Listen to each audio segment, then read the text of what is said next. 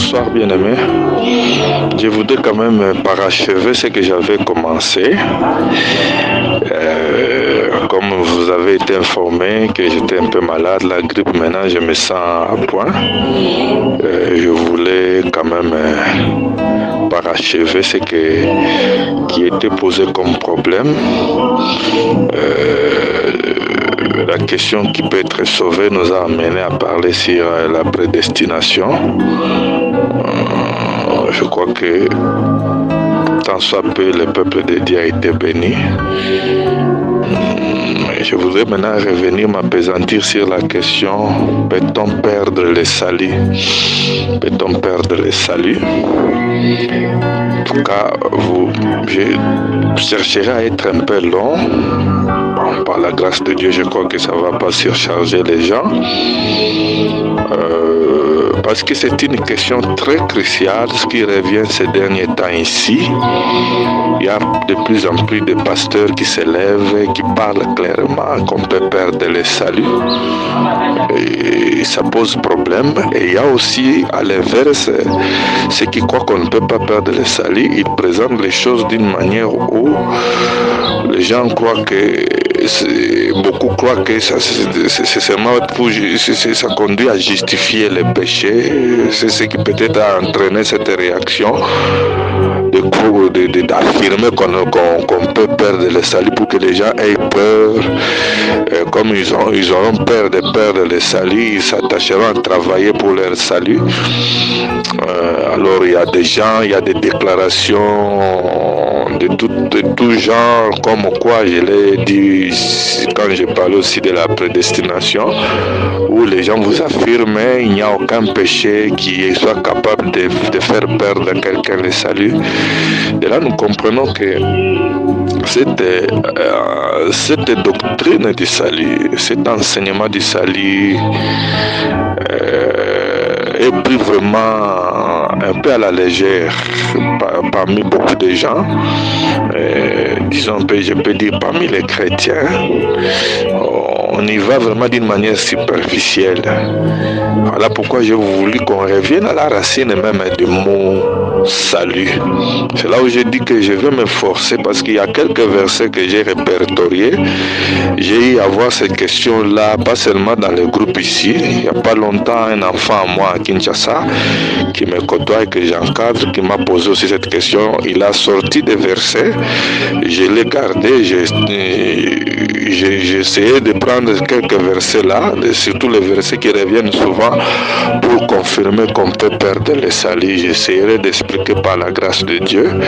Donc, par la grâce de Dieu, nous essayons d'expliquer pour démontrer que ces versets-là ne confirment pas la perte du salut par un véritable lit, comme nous avons dit, un véritable prédestiné de Dieu. En tout cas, c'était un débat, je me rappelle même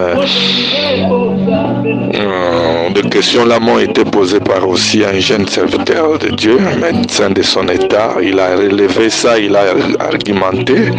J'ai pris ça en réserve, en étude, j'ai pris tout mon temps. Donc cela aussi a coïncidé. J'ai vu dans le groupe ici, on est revenu sur ça. Peut-on perdre le salut? Comme on va revenir sur certains éléments. Alors, on va revenir sur certains éléments. Que Dieu nous fasse grâce. Vous me supporterez. J'espère que je ne serai pas ennuyé. Peut-être en étant très long, je ne serai pas ennuyé. Que Dieu nous fasse grâce. Je me donne je m'autorise à être long comme ça, parce que je trouve que le thème est vraiment crucial, le salut. Donc nous allons revenir d'abord à la racine des mots, et puis nous allons rentrer dans les Écritures. Je lis d'abord l'Écriture ici, que pour moi, cette Écriture, cette déclaration de Jésus-Christ est suffisante déjà en elle-même. Et ça peut même couper tout débat. Toute écriture qui viendra se cogner contre cette écriture, à moins qu'on confirme qu'on dise que la Bible se contredise. Toute écriture autour du salut, dans un sens ou d'un autre, est soumise à ce que Christ a déclaré. Je vais le lire ici in extenso dans Jean chapitre 10, versets 20, 27 à 30. Je lis dans la version Parole vivante, Alfred Cohen. C'est bien rendu. Mes brebis obéissent à ma voix. Je dis bien Jean 10, 27 à 30. Mes brebis obéissent à ma voix. Je les connais et elles me suivent. Je leur donne la vie éternelle.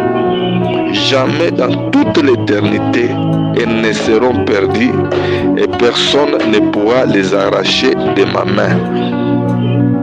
Mon Père qui me les a donnés est plus puissant que tous. Et personne ne peut arracher qui que ce soit de la main de mon Père. Au moins le Père, nous faisons qu'un. Donc cette écriture montre clairement que ceux que Christ a sauvés ne peuvent pas se perdre. C'est une déclaration que nous pouvons dire affirmative. C'est une affirmation claire qui donne base à la doctrine du salut, qui donne base à cette doctrine de la non-perte du salut. Dans la doctrine, qu'est-ce qu'on retient comme doctrine souvent? C'est que la Bible déclare clairement, directement, d'une manière affirmative, même si cela ne se répète pas plusieurs fois, c'est déjà établi comme doctrine. Par exemple, je peux dire ceci: vous imposerez les mains aux malades. Christ a déclaré imposer les mains. C'est déjà une déclaration, c'est déjà une recommandation directe. Donc l'imposition des mains est déjà une doctrine établie par cette déclaration. Mais il y a d'autres pratiques, d'autres choses que nous retenons comme doctrine, enseignement définitif dans l'Église. Si ce n'est pas déclaré directement, au moins nous voyons que c'est une pratique qui se répète au moins 2 fois, au moins 3 fois. Nous comprenons que c'était une pratique qui se faisait et nous retenons ça comme une doctrine, même s'il n'y a pas une déclaration affirmative. Le baptême, Christ a dit allez baptiser. Nous avons vu qu'il a parlé de baptême dans les évangiles. On a vu dans les actes les gens étaient baptisés. On a vu dans les épîtres. On a expliqué le baptême. Nous avons compris que le baptême d'eau est une doctrine établie parce que la pratique est là. Maintenant, revenons à ce que Christ a dit ici. Il dit personne n'arrachera mes brebis entre mes mains parce qu'ils sont gardés par mon Père est le plus puissant. Lorsque maintenant on vient prendre une écriture à gauche, par exemple, je peux prendre l'écriture, je vais l'expliquer. Cette écriture où l'apôtre Paul dit dans 1 Corinthiens, je reviendrai, 1 Corinthiens chapitre 9 verset 27, que je traite durement mon corps pour qu'après avoir prêché aux autres, je ne sois moi-même pas rejeté. On peut prendre cette écriture pour dire, vous voyez, on peut perdre le salut. La question je vais expliquer cette écriture et je reviendrai, ça n'a rien à voir même avec le salut, même si on le dit comme ça, j'aurais à expliquer ça. Le salut d'abord, revenons d'abord à la définition de mon salut tel qu'on nous a rendu en français. J'en parle d'abord en français parce que nous avons des Bibles en français. Je reviens d'abord en français. Sauvé. J'avais donné l'écriture de Matthieu chapitre 1 verset 26 qui nous parlait des missions même de Jésus-Christ. C'est lui qui sauvera son peuple de ses péchés. Cela nous a permis à comprendre que le salut a trait au péché. Il nous sauve de quoi? Il ne nous sauve pas de nos maladies ou de la pauvreté ou de quoi que ce soit. Il nous sauve de nos péchés. Alors, le mot salut qui vient du verbe sauver, nous avons dit que le verbe sauver, en français comme nous le connaissons, signifie faire échapper quelqu'un du danger. Faire échapper quelqu'un du danger. Moi et vous, on a scruté dans les Écritures qu'est-ce que la Bible considère comme vraiment un danger pour l'homme. Nous avons vu que ce que Dieu considère comme un danger pour l'homme, c'est le péché. C'est le péché. Pourquoi? Parce que la Bible est claire. Que Romains 3 nous le dit clairement. Le salaire du péché, c'est la mort. Et il s'agit de quelle mort? Je crois que nous l'avons dit. Il s'agit de la mort éternelle qui se vivra en enfer. Ce que la Bible a appelé la seconde mort. Le temps de feu. Le temps de feu qu'on appelle couramment enfer. C'est là où se vivra la séparation. La seconde mort qui est la séparation éternelle de l'homme d'avec Dieu. Comme conséquence du péché. C'est pour cela qu'on dit que Christ sauvera son peuple de son péché, du péché. Et lorsque même on parle du Saint-Esprit, on dit que quand le Saint-Esprit viendra, il convaincra du monde, le monde en ce qui concerne le péché. Dans Jean 16, on vous dit là-bas que le péché, parce qu'il ne croit pas en moi. Donc on comprend déjà que la racine du péché, c'est l'incrédulité. Mais l'incrédulité par rapport à quoi? Pas l'incrédulité simplement, mais l'incrédulité par rapport à Christ. Parce que pourquoi par rapport à Christ? Parce que la vie éternelle, ceux qui le connaissent, le Dieu véritable, qui te connaissent toi selon Jean 17, la vie éternelle, ceux qui te connaissent toi, c'est le vrai Dieu. Qui est le vrai Dieu? Vous savez, c'est que les témoins de Jéhovah ont balbutié là-bas, ils ont cafouillé. Vous voyez ici, on parle de Jéhovah, c'est lui, tout ça, mais Jean chapitre 1, Jean chapitre 5, verset 20, nous montre clairement qui est le vrai Dieu. Il est venu pour nous faire connaître le véritable, et nous sommes dans le véritable en son Fils Jésus-Christ. C'est lui le Dieu véritable. Et les témoins de Jéhovah, ils ont falsifié ça dans leur Bible, là où on dit c'est lui le Dieu véritable. Dans la Bible des témoins de Jéhovah, on dit c'est là la vie éternelle, un autre mensonge. Donc nous avons compris que la vie éternelle, c'est connaître Jésus-Christ. Et Christ, Jean dira clairement, celui qui a le Fils a la vie. Vous mourrez, si vous ne connaissez pas ce que je suis, vous mourrez dans vos péchés. C'est pour cela que quand le Saint-Esprit vient, le Saint-Esprit fait quoi? Il ouvre, il enlève le voile pour que les gens connaissent qui est Christ et croient en Christ pour qu'ils soient sauvés. C'est pour cela qu'on dit le Saint-Esprit vous convaincra du péché. Quel est le péché? Pour le péché, parce qu'il ne croit pas en moi. Donc, ne pas croire en Jésus, c'est-à-dire ne pas croire en Jésus comme Seigneur, comme Sauveur, son sacrifice à la croix, et ainsi de suite. Alors, c'est ce qui fait que le salut commence par croire qui est Jésus-Christ. Qui dites-vous que je suis? Et c'est quand Pierre a dit, tu es le Fils de Dieu, le Messie qui devait venir. Il dit, ce n'est ni le sang, ni la chair qui t'ont révélé. C'est mon Père qui est dans le ciel. Donc, le péché, c'est pas reconnaître Christ. Mais ça signifie aussi quoi? Quand vous ne reconnaissez pas Christ, c'est que vous êtes dans le péché, et de deux, vous pratiquez maintenant le péché comme des actes de rébellion contre Dieu. C'est-à-dire, si quelqu'un peut faire profession de dire que j'ai cru en Jésus-Christ, comme nous avons dit en parlant de la prédestination, mais sa vie est contraire à la parole de Christ. C'est pour ça que nous avons dit que Christ, nous le connaissons non plus selon la chair, nous le connaissons selon l'Esprit. Christ, c'est la parole. Voilà pourquoi nous disons que le péché, c'est toute désobéissance à la parole de Dieu. Parce que c'est malin pour quelqu'un dire que moi je crois à la doctrine, j'accepte la doctrine, mais il a une mauvaise vie qui contredit la doctrine. Non, là il ne connaît pas Christ. Parce que celui qui connaît Christ, il est sauvé de ses péchés. Voilà pourquoi nous avons dit que le péché a plusieurs dimensions. Le péché, c'est toute une nature. Le péché, ce sont des actes qu'on pose. C'est pour cela que l'œuvre du salut vient traiter le problème du péché dans sa globalité. Dans sa globalité. C'est-à-dire, comme le péché est une nature que l'homme a héritée d'Adam, Dieu vient avec la nouvelle naissance pour nous changer de nature. Comme le péché amène la condamnation, Dieu vient avec le pardon et la justification, ainsi de suite, pour que, étant pardonné, nous ne continuons pas à pécher. Dieu nous donne la nouvelle naissance. Voilà pourquoi j'ai dit que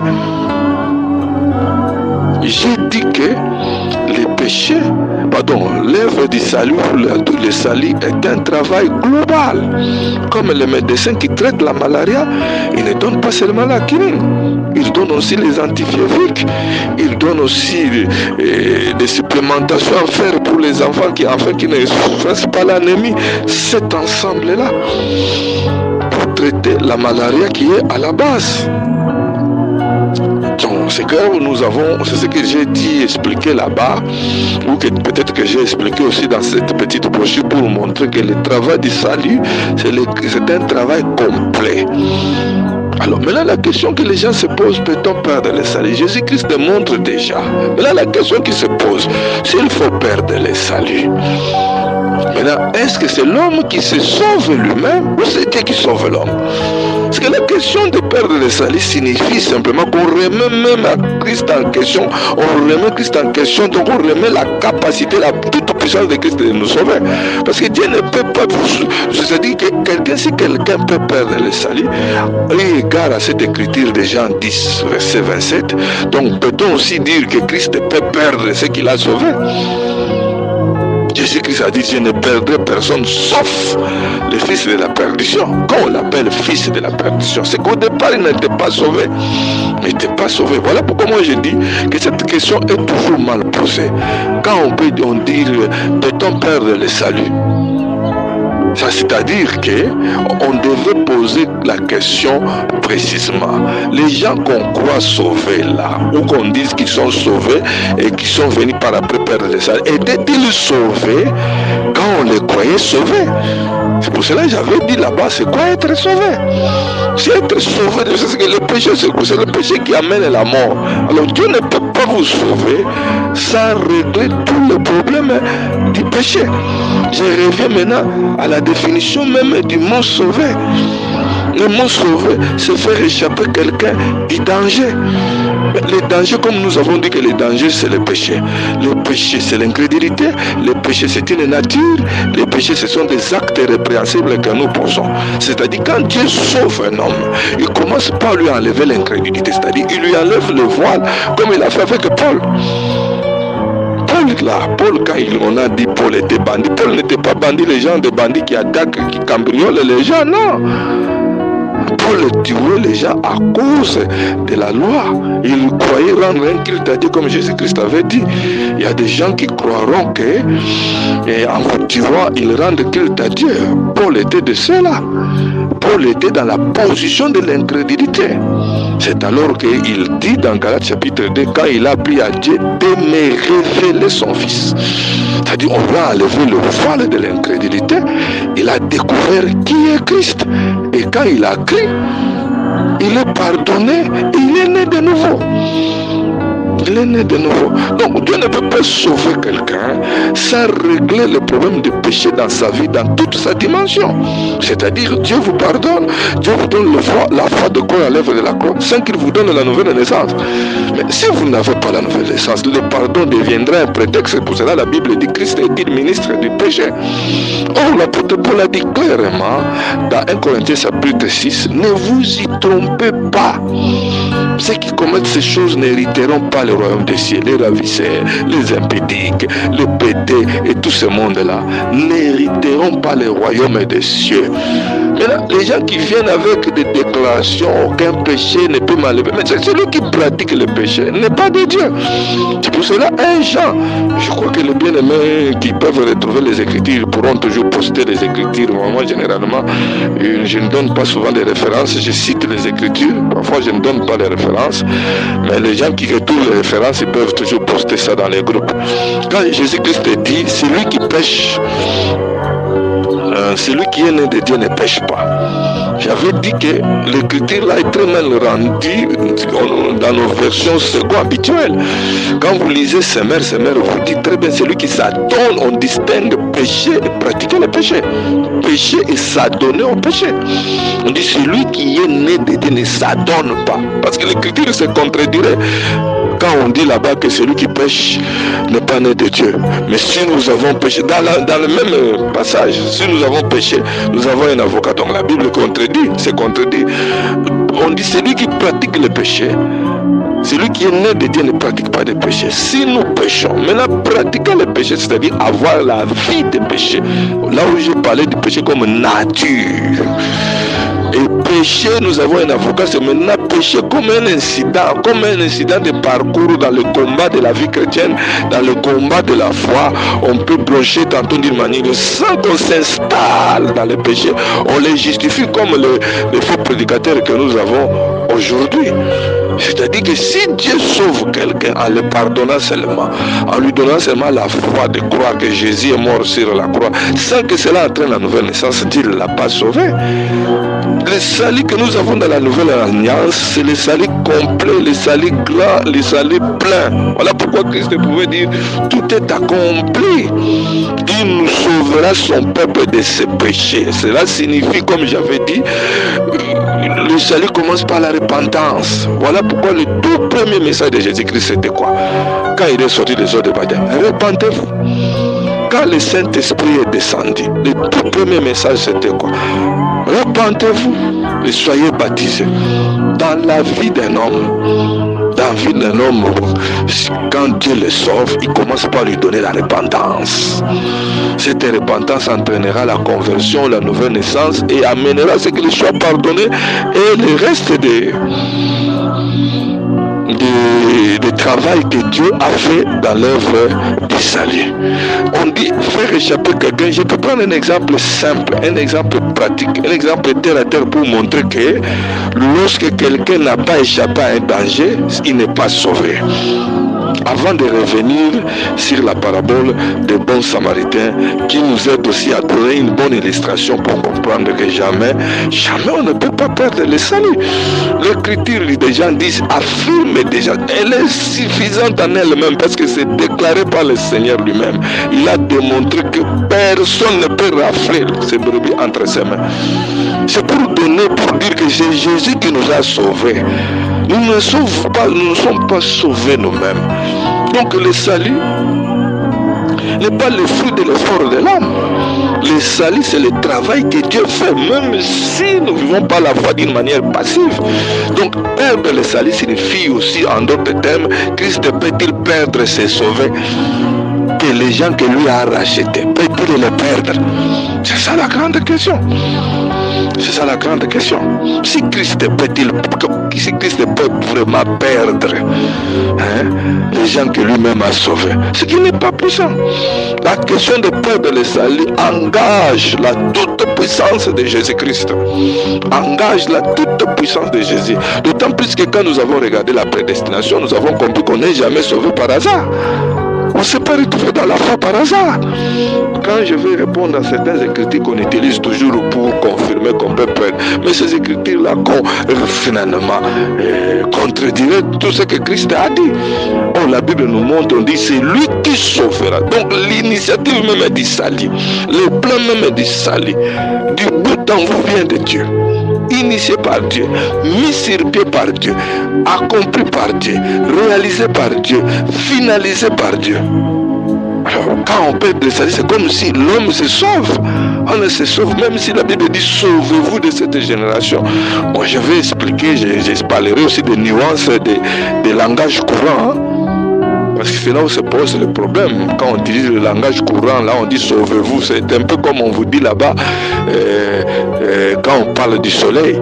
On vous dit que le soleil tourne, il se lève à l'Orient, se couche à l'Occident. Les gens ont voulu prendre ça pour dire que la Bible se contredit, ils étaient ignorants. Non, la Bible parlait selon les langages courants. Même Bichot, même chaque jour, surtout le Bagamouille et la Mouki. Mais les géographes, on a appris dans la géographie, c'est la Terre qui tourne autour du Soleil. C'est pas le Soleil qui tourne autour. Autant là-bas, vous connaissez l'histoire de Galiléo Galilée, les savants Galilée que les catholiques ont tué parce qu'il lui a fait des recherches. Il a démontré que ce n'est pas le Soleil qui tourne autour de la Terre, c'est la Terre qui tourne autour du Soleil. Bon, comme ils avaient dans leur théologie, c'était la Terre qui était le centre. Ils ont trouvé qu'il a blasphémé Dieu. Alors qu'il avait même raison de par la Bible. Parce que le soleil, c'est le type de Dieu. Nous sommes dans ce que nous appelons, nous en géographie, on dit que nous sommes dans le système solaire. Et nous savons que le soleil, c'est Christ. La terre peut être l'église. L'église, c'est l'église qui gravite autour de Christ. Il pouvait avoir raison même scientifiquement. Mais dans le langage courant, nous dirons toujours que le soleil se lève à l'Orient, se couche à l'Occident. Et l'amour qui n'a rien, elle a dit dans l'Occident. Ça, c'est le langage courant. C'est ça aussi ce qui dérange un peu quand vous prenez les matières, quand on écrit les 7 lettres de l'Apocalypse. On s'adresse à tout le monde. Mais à la fin, ça concerne qui? Ça concerne ceux qui sont sauvés, qui sont dit. Ce sont les vainqueurs. Mais dans le langage courant, quand on exhorte, il faut faire attention, il faut rester attaché. On le dira comme ça. Mais nous savons que ceux qui sont de Dieu resteront toujours attachés à Dieu. C'est parfois le langage courant qui complique les gens. Alors, perdre le salut ou pas, c'est une doctrine des Écritures. Il faut le prendre dans la profondeur. Je dis que le mot salut vient du verbe sauver. Faire échapper quelqu'un des dangers. J'ai déjà dit que le danger, c'est le péché. Pourquoi le péché amène la mort éternelle? D'abord, ça, retenez ça simplement comme ça. Ce domaine ici, il faut parler de choses d'une manière directe. Je prends un exemple terre à terre.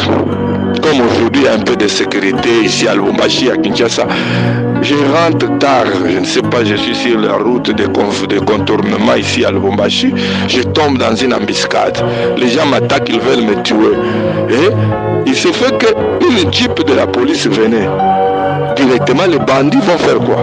Les policiers viennent avec leurs gyrophares ou comment, les klaxons, ils tirent des balles. Qu'est-ce qu'ils vont faire? Ils vont fuir. Maintenant, imaginez maintenant que le policier me trouve sur la route de contournement en train de rentrer à la maison à cause d'une circonstance donnée. Les bandits m'attaquent, je tombe dans une embuscade. Alors, qu'est-ce qu'ils font? Ils font fuir les bandits et ils continuent leur route. Nous sommes en patrouille, débrouille-toi pour arriver à la maison. Mais quand ils vont partir, vous voyez un peu cette route-là, solitaire vers 23h. Mais les bandits ont fui, ils se sont cachés quelque part.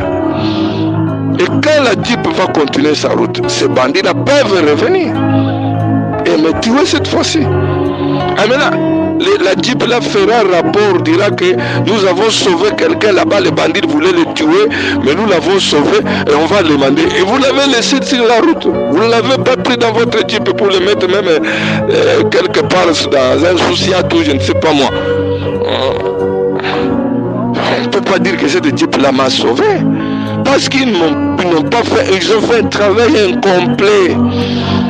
Ils ont fait fuir les bandits sans qu'ils prennent, sans me sécuriser.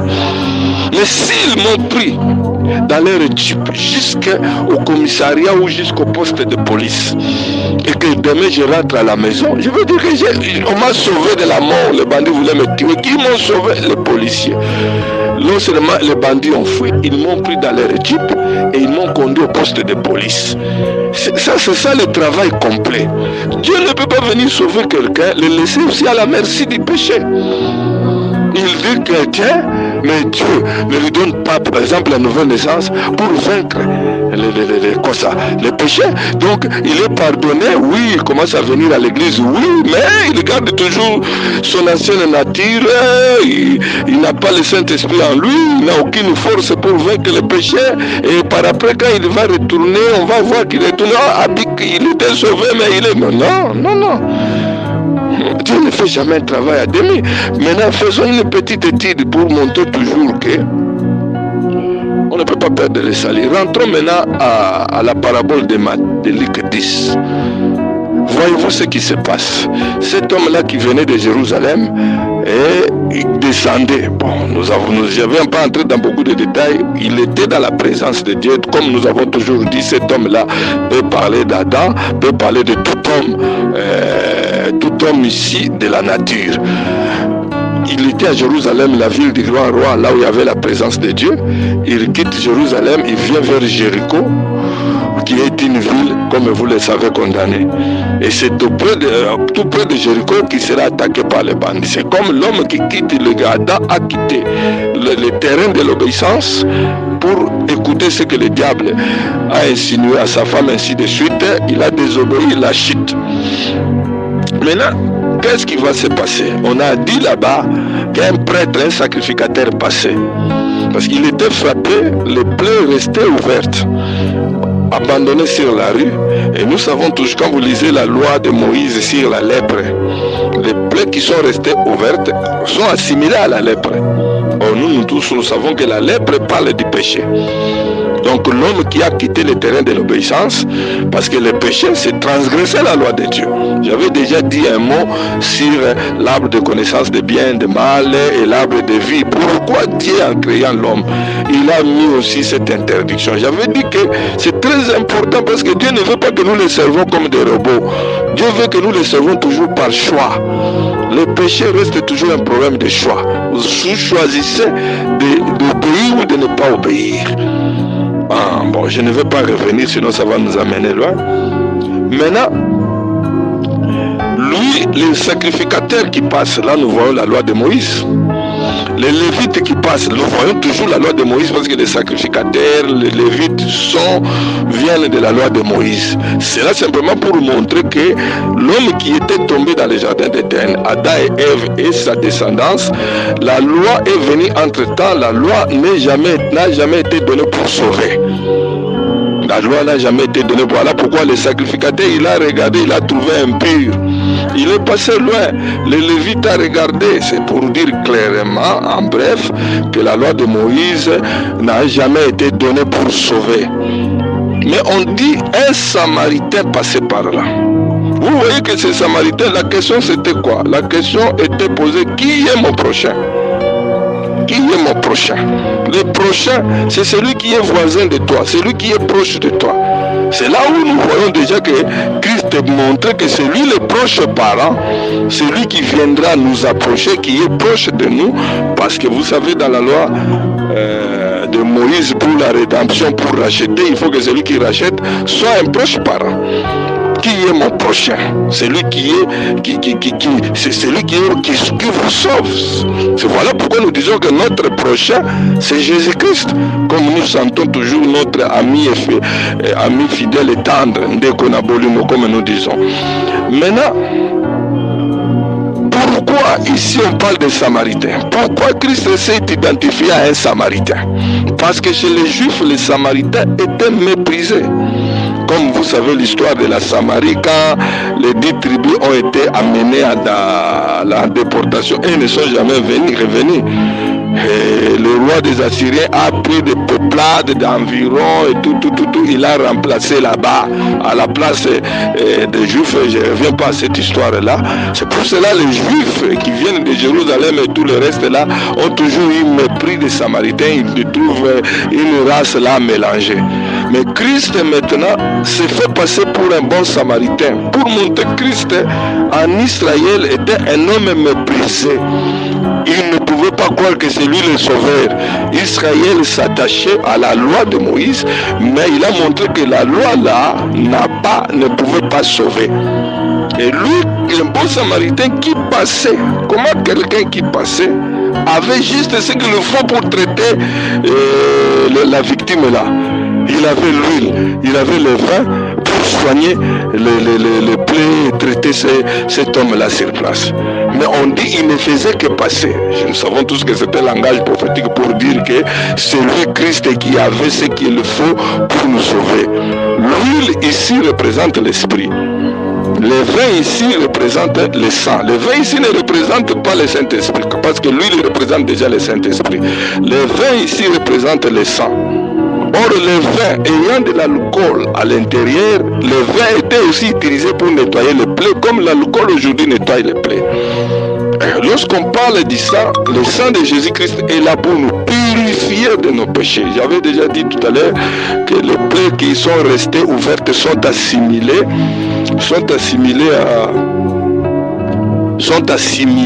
à la lèpre selon la loi de Moïse. Alors le bon Samaritain dans sa gibecière avait l'huile et le vin. Donc ça c'est Christ qui est venu nous sauver. Il est pour nous sauver. Il a utilisé l'huile et le vin. Si l'huile typifie le Saint-Esprit, le vin typifie le sang. Or, lorsque nous parlons du sang, nous voyons le sacrifice de la croix. Et quand nous parlons du sacrifice de la croix, nous voyons la Pâque. Et lorsque nous parlons de l'huile, là nous voyons le Saint-Esprit, nous voyons la Pentecôte. C'est très important ces deux éléments ici. Parce que pour être sauvé, il y a deux grandes choses que Dieu a fait. Nous voyons la Pâque qui nous parle de l'œuvre de la croix et nous voyons le Saint-Esprit. Ici déjà c'est très important. Vous verrez que Christ était déjà mort. Christ était déjà ressuscité. Mais il n'a jamais envoyé les gens prêcher. Il s'est révélé à plus de 500 personnes, aux apôtres, tout ça. Mais il dit, avant d'aller prêcher, vous devez attendre la venue du Saint-Esprit. Attendre la venue du Saint-Esprit. C'est pour cela que je dis toujours, l'œuvre de la croix, avec le sang qui a coulé, le sang traite le problème de la légalité du péché. Mais le Saint-Esprit traite le problème de la puissance du péché. Parce que le péché, il n'y a pas seulement l'aspect légalité, mais il y a aussi l'aspect puissance. Parce qu'il y a quelqu'un qui sait que le péché est péché, mais il n'a pas la force de vaincre le péché. Moi, je me rappelle, quand on avait encore ces ailes d'évangélisation, avec un ami pasteur, on avait une conférence au Palais du Peuple là à Kinshasa. Juste après cette conférence-là, il y avait un concert. Il y avait un concert à l'époque, là, il y avait un musicien Bozi qui avait du succès à l'époque. Bon, notre conférence aussi a été avortée et nous avions, le pasteur là était très zélé pour l'évangélisation. Il dit, pasteur, profitons, on va gagner les amis. Et c'est ce qu'on a, quand on a commencé à approcher les gens pour présenter Christ, on a découvert même qu'il y avait certains frères qui fréquentent l'église mais qui sont venus dans ce concert-là. Mais dès que tu approches quelqu'un, il fumait. Est-ce qu'on peut parler de Jésus? Lui-même prend la cigarette, il le jette. Vous lui avez même pas demandé. Alors, on a compris que l'homme sait déjà que vous êtes en face de quelqu'un qui sait déjà que fumer c'est mauvais. On peut connaître que fumer c'est mauvais, mais encore faudra-t-il avoir la puissance de ne plus fumer. C'est pour cela qu'on ne peut pas vaincre, on ne peut pas être traité du péché s'il n'y a pas ces deux ingrédients ici, l'huile et le vin, c'est-à-dire le Saint-Esprit et la croix. C'est ce qui fait que le bon samaritain a regardé l'homme sur place là-bas. Il a pris le vin. En principe, dans l'ordre normal des choses, le vin c'est un désinfectant, comme ayant l'alcool. Et puis l'huile c'est un adoucissant. Il a pris, il a nettoyé, il a mis de l'huile, mais il ne l'a pas laissé là. Parce que là où il l'a trouvé, les bandits pouvaient revenir. Il l'a pris, il l'a fait monter sur sa propre mule, prenant ça comme un cheval. Il l'a mis sur le cheval, son cheval, c'est-à-dire lui-même marche à pied, il fait monter cet homme-là jusqu'à l'auberge. Il l'a laissé dans l'auberge et il a laissé des deniers à l'aubergiste. Il dit, soigne-les jusqu'à ce que je revienne. Vous voyez que c'est un travail complet. C'est un travail complet. Une fois que Dieu vous sauve, il vous sauve, il doit vous garder jusqu'à ce qu'il va revenir. Parce que si quelqu'un se perd entre-temps, avant que Jésus-Christ vienne, on va dire qu'il a perdu des salut. Qui vous a dit qu'il était sauvé? Parce qu'il est retourné dans le monde avant même que Christ vienne, avant même d'entrer dans le royaume des cieux. Ce qui n'a pas atteint le but. Voilà pourquoi vous voyez les enfants d'Israël. Dieu n'a jamais permis. Dieu n'a jamais permis que Amalek attaque Israël avant ces deux grandes expériences, bien qu'il y ait d'autres expériences. Avant deux grandes expériences ici. Vous verrez qu'ils ont eu d'abord à manger la manne et puis ils ont eu à boire l'eau du rocher. Quand ils ont mangé la manne, ils ont bu l'eau du rocher, c'est alors qu'Amalek est venu attaquer. Quand je parle de la manne ici, Christ s'est comparé lui-même à la manne. Il dit c'est ici la manne qui est descendue du ciel. Donc nous voyons la manne comme Christ qui est venu dans la chair. Bon, Jésus-Christ est venu dans la chair pour mourir à la croix. Il dit vos pères ont mangé la manne dans le désert, mais c'est ici la manne qui descend de Dieu. Celui qui mangera de ma chair ne mourra pas. Et manger de la chair de Jésus-Christ, c'est seulement accepter sa mort sur la croix, comme nous-mêmes nous savons.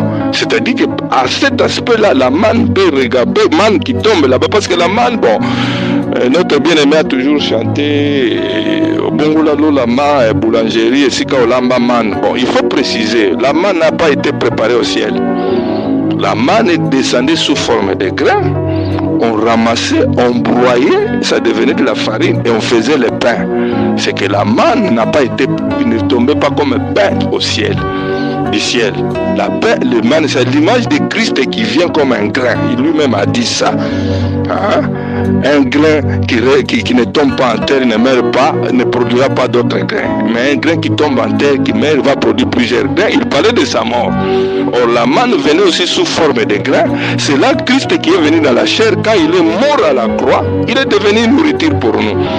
Et après avoir mané la manne, or nous tous nous savons que quand vous mangez, le fait de manger augmente la soif. C'est ce qui fait qu'après la manne, il y a eu l'expérience de l'eau qui sort du rocher. L'eau qui sort du rocher, l'eau là nous parle aussi du Saint-Esprit. Donc comme ils ont mangé la manne, ils ont bu l'eau du rocher, Dieu a permis qu'Amalek attaque. Nous avons toujours dit qu'Amalek est la toute première armée qui a attaqué Israël. Comme Balaam le dit dans Nombre, je crois 33, Amalek et toi, tu es la toute première d'armée ou premier peuple, pour dire quoi? Quand Israël est sorti de l'Égypte, le peuple qui a attaqué Israël s'appelait Amalek. Ça signifie que quand quelqu'un sort du monde, il devient chrétien. La première chose qui va attaquer sa vie, c'est sa propre chair. Souvent nous avons tendance à parler simplement les démons et tout le reste. Non. Les démons profitent des faiblesses de la chair. Mais la première guerre de la vie chrétienne, c'est sa propre chair. C'est pour cela que nous disons qu'Amalek peut parler de la chair.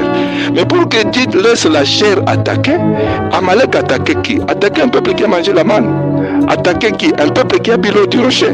Comme aujourd'hui aussi, la chair attaque qui? Attaque celui qui a cru à l'œuvre de la croix et qui est scellé du Saint-Esprit. Comme il a cru à l'œuvre de la croix, il a le Saint-Esprit, il a la capacité de lutter contre la chair. C'est pour cela Romains 8 vous dit clairement, celui qui n'a pas l'Esprit de Dieu ne lui appartient pas. Et voilà pourquoi vous voyez, le bon samaritain, il a pris l'huile, il a pris le vin, il a traité, il a amené l'homme là jusqu'à ce qu'il revienne. Donc le salut, c'est un travail complet. Voilà pourquoi Christ dit, personne ne le raflera. Personne ne le raflera. Or, lorsque nous parlons du Saint-Esprit, l'autre terme qui est utilisé dans la Bible pour le Saint-Esprit, on appelle le Saint-Esprit sceau. On appelle Saint-Esprit gage. On appelle Saint-Esprit art.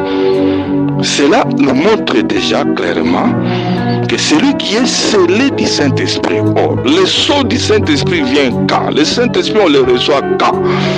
Selon Ephésiens chapitre 1, verset 13, on reçoit le Saint-Esprit quand on accepte l'évangile du salut. Après avoir entendu la parole de la vérité, l'évangile de votre salut, vous avez cru. Et la conséquence, vous avez été scellé. C'est-à-dire qu'on ne reçoit pas le Saint-Esprit en s'agitant, je ne sais pas où, comme les gens font là-bas, je vois, Tumpuki, Abalouk. Non, on reçoit le Saint-Esprit quand on croit à l'évangile. Or, l'évangile, c'est quoi? L'évangile, en bref, 1 Corinthiens chapitre 15 nous dit que je vous ai annoncé premièrement que Christ est mort pour le péché. Donc l'évangile nous présente Christ qui est mort, qui est ressuscité. Quand vous acceptez l'évangile, vous avez participé à l'aspersion, c'est-à-dire le sang de Jésus-Christ qui a coulé, son impact vient sur vous et pour maintenant vous garder, Dieu vous scelle. Dans le principe biblique, quand nous allons dans l'ancienne alliance, il faut qu'on mette le sceau. C'est irrévocable. Le sceau était irrévocable. Vous vous rappelez l'histoire du roi Assuérus au temps de Mardoché. Comme il y avait déjà une loi qui était sortie, qu'à telle date on va tuer tous les juifs. On a dit, la reine Esther a dit, roi, il n'y a pas moyen de dire, dans la loi des Mèdes et Perses, on ne change plus une loi, on a scellé. Le roi a été obligé de faire une autre loi pour dire simplement, quand les juifs seront attaqués, ils ont le droit de se défendre. Le sceau est irrévocable. C'est pour cela quand on parle du Saint-Esprit comme un sceau, une fois que Dieu vous scelle, personne d'autre ne peut déceler. Nous prenons l'exemple simple ici dans notre état moderne ici. On prend la marchandise à partir, je ne sais pas moi, comment je peux appeler ça ici. On prend la marchandise à partir de Calémie là-bas jusqu'à la gare ici. Qu'est-ce qu'on fait? Une fois qu'on remplit le wagon, on ferme on scelle. Il y a des scellés là, les genres de fils de fer là qu'on met là. Bien que ce sont des simples fils de fer, mais quand on arrive à la gare centrale, dès qu'on voit déjà que le scellé là est décelé, il y a des poursuites. Ça signifie que la marchandise qui a été chargée à Kalemi, ou je ne sais pas moi, à Kamina, ne pourra être, le seau ne pourra être enlevé qu'à la gare centrale à l'arrivée. C'est ça la sécurité de ce seau-là. Ça signifie qu'une fois qu'on est enfant de Dieu, c'est jusqu'à ce que nous entrons à la gare centrale qui est l'éternité. Et on ne peut pas entre-temps ici, personne n'a le pouvoir d'enlever le seau. Une fois que quelqu'un est scellé, on ne peut plus déceler le seau. C'est irrévocable. Ça, c'est une parce que le sceau parle de la sécurité, le sceau parle de l'appartenance. Dès qu'on voit un sceau quelque part, on dit ah, ça c'est le sceau de la présidence. Ça appartient à la présidence. Ne touchez pas. Celui qui est scellé du Saint-Esprit, le sceau comme sécurité. Voilà pourquoi dans Jude quelque part là-bas, on dit ceci. On dit ceux qui sont gardés pour Jésus-Christ. Donc Dieu nous sauve et nous garde. Et nous garde. Alors, deuxième autre élément, le Saint-Esprit est comparé à un gage. Un gage, c'est quoi? Un gage, c'est dans le domaine, quand vous allez chez les juristes, c'est le domaine de garantie en matière de dette. On parle de gage lorsqu'il s'agit d'un bien immobilier. Lorsqu'il s'agit d'un bien meuble. Et donc un meuble, un bien qu'on peut déplacer, on parle de gage. Mais lorsqu'il s'agit d'un immeuble, on parle d'hypothèque. C'est une garantie de paiement des dettes. Vous voyez par exemple la loi en Israël, quand quelqu'un est endetté, tu ne peux pas prendre en gage par exemple son mortier, donc ce qui est vital. Vous ne pouvez pas prendre ça. Remarquez maintenant, je viens chez toi, je t'emprunte $200. Dis, qu'est-ce qui me montre que tu vas rembourser? Qu'est-ce qui me montre que tu vas rembourser? Je te donne en gage mon téléphone ici, iPhone par exemple. Vous savez que iPhone c'est $400, $500 même à l'occasion. Donc moi je garde votre iPhone. Si tu ne payes pas mes $200, je vais vendre l'iPhone et récupère mes $200. S'il y a une surprise, je te remets. Donc iPhone c'est un gage, c'est une garantie que tu reviendras payer la dette. Quand nous lisons, je crois, 2 Corinthiens chapitre 1, quelque part là-bas, c'est vers 20 là, la Bible dit, il nous a donné le Saint-Esprit, lequel est un gage de notre rédemption. Ça signifie que quand Dieu nous donne le Saint-Esprit, Dieu reste comme, entre guillemets, avec une dette de revenir nous prendre pour nous introduire dans l'éternité, dans la gloire. Alors, qu'est-ce qui nous garantit qu'il reviendra terminer le travail? C'est le Saint-Esprit comme gage. Parce que si vous avez laissé votre iPhone, dans lequel il y a vos données et tout le reste, vous savez que votre iPhone là, vous avez acheté $100 000. Mais c'est seulement un besoin pressant de $200 qui a fait que vous puissiez gager ça. Vous reviendrez parce que vous tenez votre iPhone. Et la Bible dit, Dieu chérit l'Esprit qu'il a fait habiter en nous. Il a fait habiter en nous le Saint-Esprit. Le Saint-Esprit, comme vous le savez, c'est Dieu lui-même. Le Saint-Esprit, ce n'est pas une force comme disent les témoins de Jéhovah, une force. Non, le Saint-Esprit, c'est Dieu lui-même. Ça signifie que Dieu ne peut pas abandonner Dieu. Le Saint-Esprit qui est en nous signifie que Dieu viendra pour terminer le travail. Ce que nous appelons le salut comme espérance. L'espérance ici, c'est l'avènement de Christ. On compare aussi le Saint-Esprit aux arts. Art ici, ce n'est pas art comme artiste.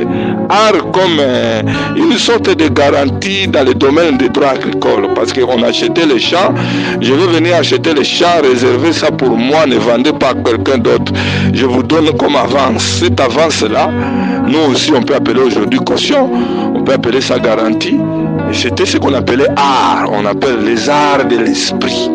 C'est dans ce sens-là que cela montre que Dieu a fait un premier travail. Nous sommes sauvés en espérance. Notre salut est complet, bien sûr. Nous le vivons sur le plan spirituel. Notre âme, notre esprit est sauvé. Mais notre corps attend la rédemption, d'être transformé et revêtir la gloire. Cet aspect d'entrer au ciel. qui reste, mais nous avons le Saint-Esprit comme art. Tous ces éléments montrent déjà que celui que Dieu a scellé du Saint-Esprit, je ne sais pas par quel mécanisme que quelqu'un a le Saint-Esprit, il va enlever le Saint-Esprit là pour se retrouver en enfer. La Bible dit que celui qui a l'Esprit de Dieu, celui qui n'a pas l'Esprit de Dieu ne lui appartient pas. Dieu connaît ce qui lui appartient. Voilà tous ces aspects ici confirment ce que Christ a fait. Donc c'est un travail complet. Voilà pourquoi nous voyons que le bon Samaritain avait l'huile et avait le vin. L'église, le salut est basé sur l'œuvre de la croix, la Pâque. Le salut est basé sur la Pentecôte, le Saint-Esprit. Le Saint-Esprit, quand il vient habiter dans un homme, à part que le Saint-Esprit c'est un sceau, mais le Saint-Esprit, l'habitation du Saint-Esprit, c'est ce qui fait la différence, comme je l'ai dit la fois passée, entre l'ancienne et la nouvelle alliance. Dans l'Ancien Testament, ils n'ont pas connu l'habitation du Saint-Esprit, ils ont connu l'aspect du Saint-Esprit comme onction. Je ne vais pas en parler aujourd'hui, mais l'habitation c'est la particularité de la nouvelle alliance. Romain dit, si le Saint-Esprit n'habite pas, et le terme qui est utilisé comme habiter, c'est un terme qui parle d'une permanence. Parce que dans le monde, chez les juristes, on distingue domicile et résidence. Quelqu'un peut avoir plusieurs résidences, mais il n'a qu'un seul domicile. Domicile, c'est là où il est vraiment définitif, il est connu. Quand on parle d'habiter, c'est le Saint-Esprit qui est domicilié en nous. Il est permanent, il est définitif. Et quand le Saint-Esprit habite en nous, la première parmi des actions que le Saint-Esprit vient faire, c'est nous donner la nature même de Dieu. C'est le Saint-Esprit qui amène la nature de Dieu en nous. C'est le Saint-Esprit qui accomplit la nouvelle naissance. Si l'homme a une grande part dans sa repentance et dans sa conversion à ce qu'il décide, mais la nouvelle naissance, c'est le travail exclusif de Dieu dans l'homme. Alors peut-être qu'une autre fois qu'on étudie très bien ce qu'on appelle la nouvelle naissance, où Jean dit celui qui est né de Dieu. Il dit celui qui est né de Dieu ne pratique pas le péché. Nous avons distingué péché et pratiquer le péché. On ne peut pas être comme je vois d'autres prédicateurs, ils vous disent là-bas, oh vous allez dire, moi c'est ci, moi c'est là, est-ce que toi tu as déjà touché 50 000 $? Quand tu vas toucher 50 000 $, on va vérifier si... Non, celui qui est né de Dieu, le Saint-Esprit l'a scellé, le péché devient, je peux dire entre guillemets, accident. Ce n'est plus une vie en lui. Parce qu'on dit clairement, la sémence de Dieu a été implantée en lui. Voilà pourquoi en parlant de la prédestination, nous avons dit que nous n'avons pas seulement été prédestinés, mais prédestinés à être semblables. Ce qui confirme que tu es prédestiné, tu manifestes la vie de Dieu. Voilà pourquoi lorsqu'on parle du Saint-Esprit, nous allons vers Galates 5, 22. On dit le fruit de l'Esprit. Mais nous disons toujours que l'identité d'un arbre, c'est le fruit. Donc quand vous allez voir que presque tous les arbres fruitiers ont le nom de leurs fruits. Manguier, parce que ça donne les mangues. Oranger, parce que ça donne les oranges. Citronnier, parce que ça donne les citrons. C'est-à-dire que quand vous avez des mangues, il n'y a pas de confusion. Vous ne pouvez pas confondre un manguier avec un avocatier, c'est impossible. Et puis un manguier ne fait même pas un effort pour qu'on le reconnaisse manguier. Ce qui confirme, c'est comme nous disions, nous disait un professeur comme ça, il dit ce qui fait un manguier, c'est sa mangueité. Donc le fait qu'il a la mangueité, il redonne la mangue. Le fait que je suis chrétien, je manifeste la vie de Dieu. La vie de Dieu, c'est l'esprit. Pourquoi Christ a comparé, vous le reconnaissez? Parce que dès que vous avez des fruits, vous n'avez aucune confusion sur cet arbre-là. Donc l'identité de l'arbre, la sécurité de l'arbre, là, ce sont ces fruits. Quand vous voyez les fruits, quand un citronnier est en train de croître avec un oranger, si tu n'es pas agronome, tu confonds, tu peux croire toujours que c'est un oranger, mais quand ça donne le citron, c'est clair. C'est pour cela, en parlant de l'ivraie et du blé, lorsque l'ivraie et le blé sont en herbe, quand ça n'a pas encore donné le blé, n'a pas donné le fruit, l'ivraie ressemble au blé. Mais quand le blé a poussé déjà sur les blés, vous n'avez pas à confondre le blé avec... C'est ça la sécurité. Qu'est-ce qui garantit? C'est pour cela que Dieu a parlé de fruits. Parce que quand vous manifestez la vie de Dieu, vous manifestez le fruit, c'est sécurisant aussi pour vous-même. C'est une assurance que vous êtes en train d'acquérir dans le Seigneur quand vous manifestez la vie de Dieu. Donc quelqu'un peut manifester vous voyez un oranger, un certain temps, un oranger avait donné des citronniers. Et tout le monde a cru que c'était un citronnier. 2 ans, 5 ans après, vous apprenez que notre citronnier là donne des oranges. On dit, oh, mais c'était pas un citronnier, ça ne se fait pas. Ça ne se fait pas.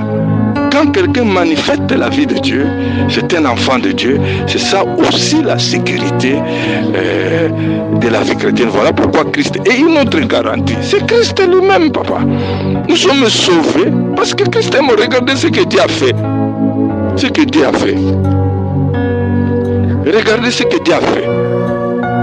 Pharaon, il y a eu la Pâque là-bas. Ça, ici, nous sommes dans l'ombre, même si les choses ne se présentent pas exactement comme telles. Il y a eu Pharaon là-bas. Quand son fils, Dieu a commencé à tuer tous les premiers, y compris de Pharaon, pour montrer que Dieu a toute la puissance de frapper même les diables. Si le Pharaon typifie les diables, il a frappé l'héritier.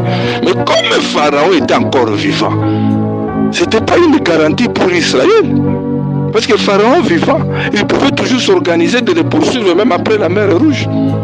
Dieu les amène à la mer Rouge. Il suscite Pharaon sur son trône de poursuivre Israël pour achever le travail.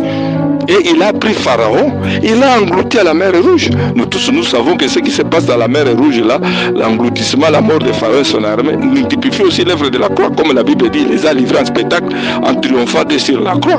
Maintenant Israël qui a traversé, qui est de l'autre côté, l'eau est revenue. Ça signifie qu'entre Israël et l'Égypte, il y a maintenant la mer Rouge et là-dedans, il y a Pharaon. Mais maintenant, qui va organiser l'armée pour attaquer? Parce que l'héritier du trône est déjà tué. Le premier-né, l'héritier du trône est tué. Pharaon lui-même est tué. Qui va réorganiser? Et l'armée d'élite est tuée dans la mer Rouge. Qui va réorganiser l'armée pour contre-attaquer? C'est ce qui s'est fait à l'œuvre de la croix. C'est pour cela que Christ pouvait dire tout est accompli. J'ai toujours pris cet exemple. Dans les usages des hommes, dans le protocole d'État, quand il y a cérémonie officielle, pour le corps constitué, comme on disait au temps de Mobutu, je ne sais pas aujourd'hui comment on les appelle, le premier ministre, ceci, cela, peuvent entrer. Mais une fois que le président entre dans cette salle-là, personne d'autre ne peut plus entrer. Le président est entré dans la salle-là du Parlement. On apprend là-bas qu'il y a une musique qui sonne. Et quoi ça? C'est le chef d'état-major, on est en train d'accueillir le chef d'état. Mais le jour même là, on le révoque.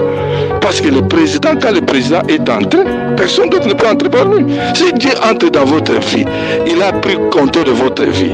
Il lui dit tout est accompli. Alors le diable qui vient aussi entrer par après pour remettre ça en question. C'est là où je dis quelque part, nous ne regardons pas très bien cette œuvre de l'œuvre d'Isaïe. L'œuvre d'Isaïe, si ce n'est pas comme dans la Nouvelle Alliance, Moïse n'est pas entré, c'était l'image simplement pour dire que la loi ne fera entrer personne dans l'éternité. Mais quand Christ est venu, Christ a fait un travail achevé, il a dit tout est accompli. Voilà un peu sur cet aspect des choses qui montre déjà que perdre le salut n'a pas de sens. Mais maintenant, des questions qui se posent, quand quelqu'un peut profiter de ça pour vivre dans le péché, j'ai déjà cru en Jésus. Je vous ai dit, un frère que nous avions comme ça, un prédicateur, il disait, les gens ne comprennent pas les péchés, c'est les gens qui sont dans le péché, ce sont les kimbanguistes, les musulmans et les restes qui ne croient pas vraiment en Jésus. Mais moi, j'ai crié à la parole. Non. Hein? La Bible dit clairement, celui qui invoque le nom de Dieu doit s'éloigner du mal. Christ nous a sauvés de nos péchés. Vous ne pouvez pas être sauvé du péché tout en continuant à pratiquer le péché. Le fait que vous n'avez pas la victoire sur les désirs de la chair montre que vous n'avez pas mangé la manne, vous n'avez pas bu l'eau du rocher. C'est pour cela Amalek va vous écraser. Mais la Bible montre clairement que la guerre contre Amalek, Dieu, Christ et Moïse a dit ça. Dieu a dit à Moïse, retenez cela. Comme Amalek vous a attaqué au moment où vous étiez faible, la guerre entre Amalek et Israël ne prendra pas fin jusqu'à extermination. Nous sommes dans la chair jusqu'à ce que nous entrions au ciel. Il y aura toujours le combat spirituel, le désir de la chair. Nous solliciterons toujours. Mais ce n'est pas parce que tu es tenté que tu dois tomber en tentation. Ce n'est pas parce que tu es tenté que tu es perdu. Non, la tentation prouve même que tu as changé de camp. Vous avez trouvé un païen qui boit sa bière et là vous allez dire ah, il est tombé à la tentation de boire le Simba. Non, c'est sa vie, c'est sa nature. Et la tentation est toujours fonction de ce que nous faisions dans le monde. Moi, je n'ai pas fumé la cigarette dans le monde. C'est pas dans le Seigneur que le diable viendra me tenter avec la cigarette. Et la tentation prend toujours l'ampleur. C'est là où il y a confusion. La tentation prend toujours l'ampleur. Il y a un principe. Plus tu pries, moins la tentation est forte. Moins tu pries, plus la tentation est forte. C'est pour cela que Christ avait dit prier pour ne pas tomber dans la tentation. Mais même quand on arrive à tomber dans la tentation, Jésus-Christ a dit clairement, cette fois mon serviteur tombera, cette fois se relèvera. C'est-à-dire que nous trouvons qu'un véritable enfant de Dieu qui est prédestiné à être semblable à Christ, même s'il lui arrive de tomber, il va rechercher. C'est comme vous avez déjà vu dans la rue là, à Kinshasa, il y avait cette habitude. Il y a cette habitude là, si vous tombez, les enfants viennent chanter Aliembwengi, Aliembwengi. On se moque de toi, comme les clients en ont l'habitude. Bon, tu tombes là-bas, au lieu de te relever, mais tu es tombé, relève-toi. Ah, pourquoi je suis tombé? Je ne veux plus me relever. Amène-moi même, aller dire à ma femme qui m'amène ma nourriture ici. La personne qui tombe, la première réaction même est de se relever. Voilà pourquoi quand vous trouvez quelqu'un qui tombe dans le péché, au lieu de se relever, il commence à trouver des prétextes. Oui, parce que j'ai touché $5 000. Oh, j'ai 50 000 dollars. Non. Le juste, quand il tombe, il se relève. Celui qui est tombé, qui ne s'est jamais relevé, c'est Satan. On ne vous parlera jamais de la rédemption de Satan. On ne vous parlera jamais de la repentance de Satan.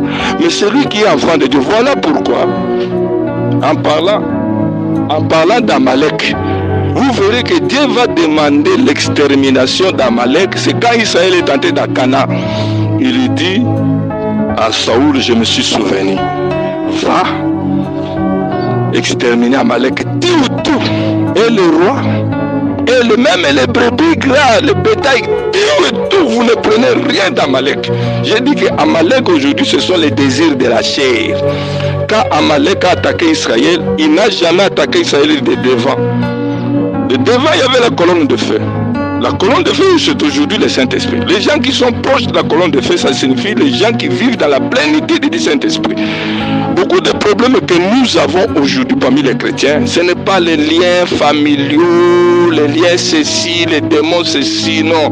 Vous verrez que les chrétiens sont peu consacrés et les chrétiens ne vivent pas beaucoup la plénitude du Saint-Esprit. Si le saut est définitif, la plénitude n'a jamais été définitive. C'est comme manger. Vous n'avez jamais mangé aujourd'hui pour manger 2 semaines après. On a toujours mangé chaque jour. Donc ça signifie que on doit toujours se renouveler dans la plénitude du Saint-Esprit. Et il faut toujours, chaque jour qui passe, se briser, se crucifier la chair et avancer avec Dieu. Amalek a attaqué ceux qui étaient derrière. Les gens qui restaient derrière, fatigués, tout ça, ce sont ceux qui le diable attaque. C'est pour cela dire que la chair nous attaque souvent. Quand nous laissons la faiblesse, on ne lit pas la parole, on ne prie pas, on ne participe pas au culte, on ne vit pas l'ambiance de la foi. Vous devenez faible. Et la chair peut vous faire tomber, pas forcément parce que c'est un lien. Mais remarquez, Saoul. Saoul, qu'est-ce que Saoul a fait? Saoul a tué les Amalécites, mais il a épargné les rois et il a aussi épargné les bétails gras. D'abord, il y a 2 choses ici. Saoul est le type de genre de croyants qui servent Dieu, qui prétendent servir Dieu, mais sans aller jusqu'au bout avec Dieu. Ils servent Dieu tout en gardant certaines passions en eux. Et ce sont ces passions-là qui les rattrapent. Vous verrez qui a achevé Saoul. Si vous lisez l'histoire, prenez 2 Samuel, je crois, chapitre 1 ou 2, où on vous parle de la mort de Saoul. Celui qui a achevé Saoul, c'était un Amalécite. Quand il est venu donner le rapport à David, et il explique qu'il est Amalécite. Ça signifie que quand vous laissez les désirs de la chair grandir en vous, ce sont ces désirs de la chair qui tueront votre foi. Mais vous allez voir, quand Samuel vient, Saoul se précipite pour dire que j'ai fait la volonté de Dieu. Mais quand Dieu dira à Saoul, mais tu fais la volonté de Dieu, il y a le beuglement des bébés derrière toi. Il faut faire attention dans la foi. Il y a d'autres personnes qui vivent leur foi comme ça. Ils sont prédicateurs, ils sont évangélistes, mais derrière eux, le désir de la chair parle parce qu'ils gardent ça. Mais quand on a dit à Saoul que tu es rejeté comme roi, Saoul pleurait. Est-ce qu'il se repentait ou bien il pleurait la royauté? À la différence de David. David est tombé quand même, mais David, quand il pleure le péché, il pleure le péché que lui a fait contre Dieu. Donc maintenant, le problème que nous pouvons dire aujourd'hui, on ne gagne pas la guerre à Amalek sans l'œuvre de la croix, sans le Saint-Esprit. Mais la guerre contre Amalek ne sera achevée que quand nous serons dans l'éternité. C'est là où nous ferons le cessez-le-feu. Nous, en tant que chrétiens, il n'y aura jamais de négociation, il n'y aura jamais de cessez-le-feu jusqu'à ce que nous entrons au ciel. Mais Dieu nous a donné le moyen de combattre. L'apôtre Paul dit, je combats le bon combat de la foi. Lorsque quelqu'un cherche la face de Dieu pour ne pas tomber dans les péchés, dans les choses, dans ceci, parce que le diable utilise toujours les circonstances. C'est pour cela que la Bible dit ne donnez pas accès au diable. Le diable, voilà pourquoi quand il a tenté Jésus, il n'a jamais tenté Jésus au début. C'est quand Jésus eut faim, la Bible dit le diable s'approcha. Et c'est souvent quand il y a le besoin que les tentations aussi, le diable vient. C'est quand il y a besoin que le diable... C'est quand Christ a eu faim, le diable s'est approché. Voilà pourquoi ce sont des choses qu'on doit toujours répéter aux enfants de Dieu. Les tentations, les épreuves ne sont pas une obligation de chuter.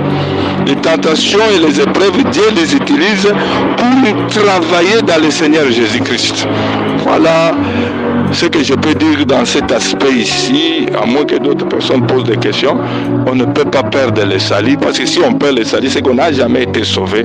On ne peut pas perdre le salut parce que nous ne sommes pas sauvés nous-mêmes, c'est Dieu qui nous a sauvés. Et si Dieu nous a sauvés, il nous a sauvés pleinement. Il m'a donné la repentance, la conversion, il m'a donné la nouvelle naissance, il m'a scellé du Saint-Esprit, ce qui fera toujours, même si je suis bousculé comment. Et c'est ce que vous devez savoir, une vraie conversion ne meurt jamais. Si vous voyez quelqu'un rentrer dans le monde, comme on entend parler même des pasteurs qui rentrent dans les loges, dans les ceci, on peut même dire qu'il faisait des miracles, ceci ou cela, il est entré dans la cabale, dans les choses comme ça.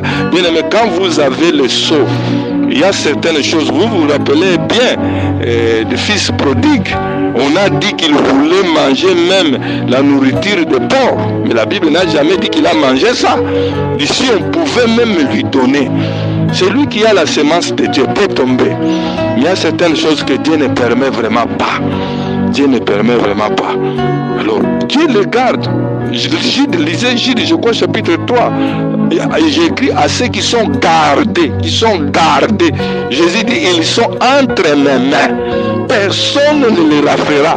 Parce que personne n'a la puissance de retirer quelqu'un entre les mains de Dieu. Cela ne dit pas que quelqu'un qui va vivre dans le péché, mais celui qui pratique le péché n'est pas né de Dieu. La Bible dit clairement, ne vous y trompez pas, ni les idolâtres, ni les impudiques n'hériteront le royaume des cieux. Alors, vous êtes idolâtre, vous êtes impudique, vous êtes ivrogne, mais vous confirmez que vous êtes sauvé parce que vous êtes prédicateur dans une église. Non! C'est là où Matthieu 7 vient répondre. Ils viendront, ils diront, n'avons-nous pas chassé les démons en ton nom? Moi, cette écriture-là, au début de ma foi, je ne comprenais pas vraiment ça. Comment quelqu'un peut dire Jésus ceci, il chasse les démons au nom de Jésus, mais demain il n'entre pas au ciel? Parce qu'il y a beaucoup aujourd'hui de fausses conversions, de confessions apparentes. L'enfant de Dieu, Christ a précisé, on les reconnaîtra à leurs fruits. Un mangué ne fait jamais des efforts pour sortir des mangues. Vous ne viendrez jamais dans votre quartier, vous trouvez un mangué en train de trembler, de sursauter. Oh, pourquoi? Parce qu'il veut sortir des mangues. Non, c'est dans sa nature de sortir les mangues. Comme un enfant de Dieu, c'est dans sa nature de manifester Christ. Alors je peux peut-être revenir demain pour répondre, parce que je trouve que ça sera trop pour aujourd'hui, des questions, les Écritures comme Hébreux 6, 4 à 6, là on dit il est impossible à ceux qui ont eu part au don, qui sont tombés, qu'ils reviennent. L'écriture qui dit en Corinthiens 9, 27, après avoir prêché, je suis moi-même rejeté. Bon, ces écritures-là, on va les expliquer très bien, mais je crois que je peux poster ça demain avec la permission de l'administrateur. Que Dieu vous bénisse. Merci.